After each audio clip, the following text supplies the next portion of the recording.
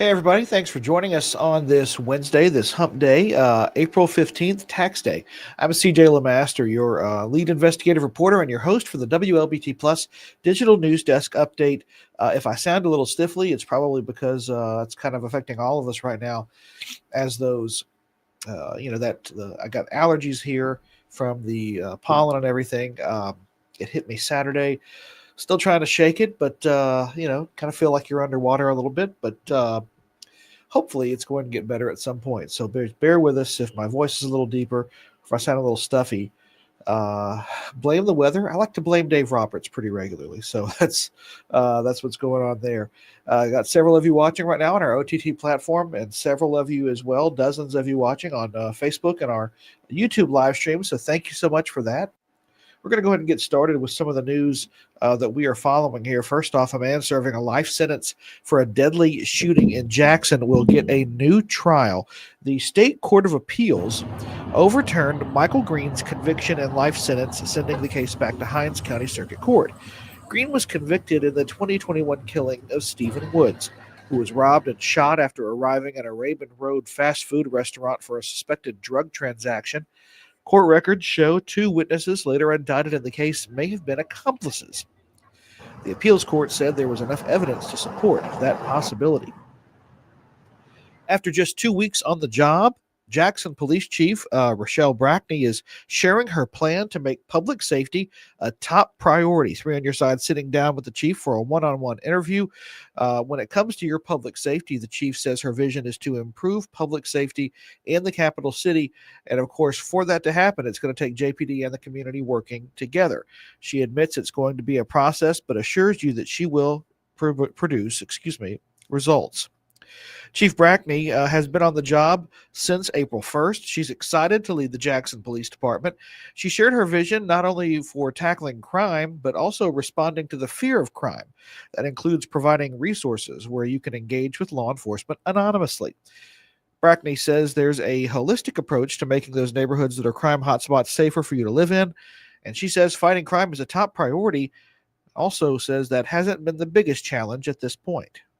So the most challenging part of it is when you're trying to get your arms around an entire organization at the exact same time while you're trying to get to know your community. So there's the internal things that you have to navigate. What are the processes? What are the policies here?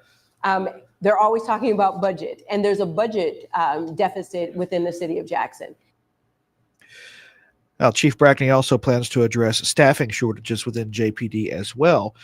She was at the Georgetown neighborhood last night, meeting with residents to hear their concerns. It was the first in a series of planned community meetings to hear from residents, business owners, and faith leaders.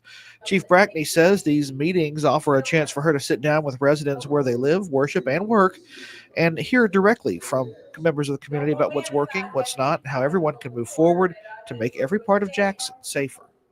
Well, just as a concerned citizen, not only county court judge, but a concerned citizen, want to get a chance to meet the police chief and hear about her vision.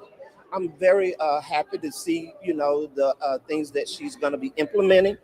So yes, I look forward to what she's going to do. I think she can handle it. Now, the chief says she wants residents of every neighborhood in Jackson to know their voices matter, and the police department is listening. The next meeting will be tomorrow night, at Christ United Church on Old Canton Road. 60 days, that is the deadline a judge has given the owners of Blossom Apartments to install a fence around the property. The owners of the apartment complex were in environmental court specifically yesterday. If they fail to secure property within the time frame, they could face jail time. Three on your side also learning new details about the future of the complex. An agreement has been reached to appoint a receiver who will take over management responsibilities from the owners. That receiver will then decide whether the apartments should be rehabbed or torn down. The owners are scheduled to return to court in June, when a judge will determine whether the fencing requirement has been completed. Former House Speaker Philip Gunn is officially in the race for Mississippi governor. He is the second Republican thus far to enter the 2027 contest.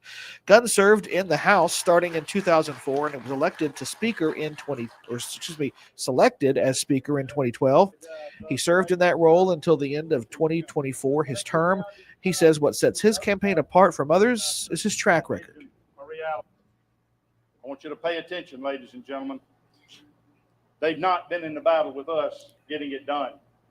There's a huge difference between talking a big game and delivering one. We've had enough talk in Mississippi. The future of Mississippi depends on more than talk. It demands leadership that's been in the battle to get things done. He points to plans for more tax reforms, job growth, and education investments in the future. And of course, we'll keep tracking who else gets in as the 2027 race takes shape. And you might be wondering, of course, at this point, we've only had two announcements. We've had the former House Speaker Philip Gunn announcing yesterday, and of course, earlier this year, Andy Gibson, the Commissioner of Ag and Commerce, announced he threw his cowboy hat in the ring, so to speak, announcing he's running for governor. We've only had two at this point who have announced, and that's typically pretty normal because the qualification deadline for governor and state officials in Mississippi for next year will be next year. It'll be almost a year away, so there's plenty of time for others to announce at that point, and we will continue to follow all of that. Got a couple of folks who are saying hi. Britt saying good afternoon, everyone. Britt, long time no see. Good to see you. Hope you're doing well. Willie Cox saying he's watching. We appreciate you, Mr. Willie. Thank you for watching us on this Wednesday today. Governor Reeves, in other news coming out of this, as we've gone to the end of the session here this year, Governor Reeves signing the Metro Jackson Water Authority Act into law. Now, we talked about this on air quite a bit. It creates a new governing authority to take over Jackson's water and sewer systems once the federal receivership ends.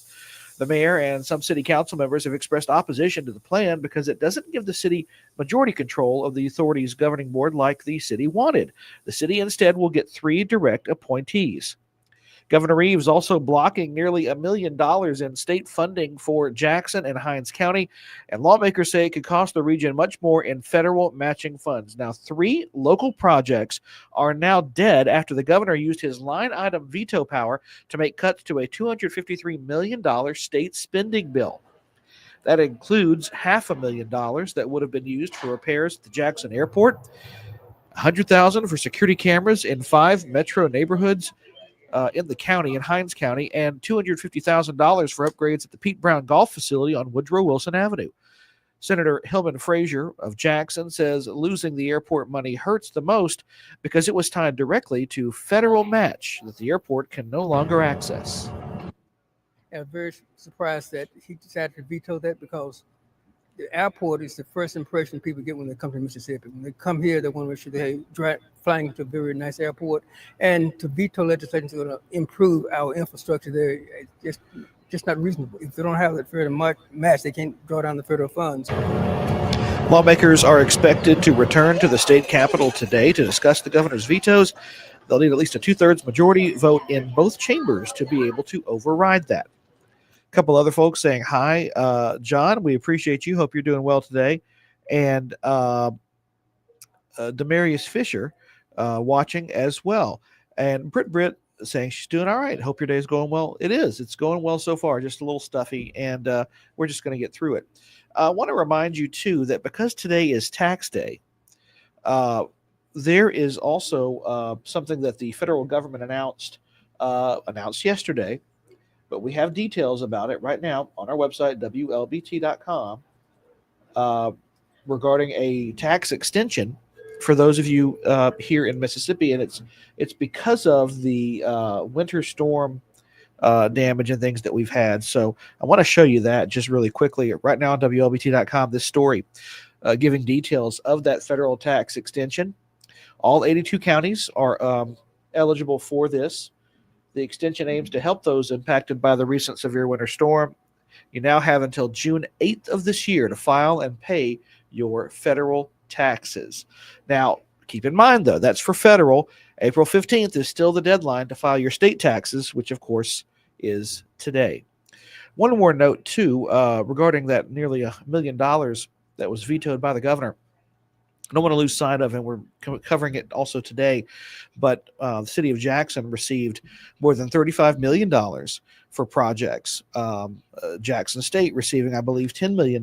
We got $4 million for road construction and some other things. So the city getting a lot of money, despite the fact that, about $850,000 was slashed from the city and some security camera requests for Hinds County.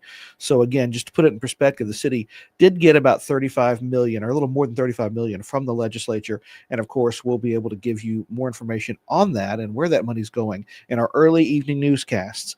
That is all the time we have for this edition of the WLBT Plus Digital News Desk Update. I'm CJ LeMaster, your lead investigative reporter and your host each and every weekday, unless we have breaking news or I'm under the weather. I try to be here, and we appreciate you watching. 2:30, our First Alert weather team will be in here, so make sure you want to tune in for that and see when we're going to have rain chances in the future and whether or not we're going to be seeing even higher temperatures. Dave talked about us flirting with 90 degrees. Well, let's he'll be in here to kind of give you more of an idea of when we can expect that. Also, our early evening newscasts begin at 4 p.m. on air and online. Thank you so much for watching. Hope you have a wonderful Wednesday.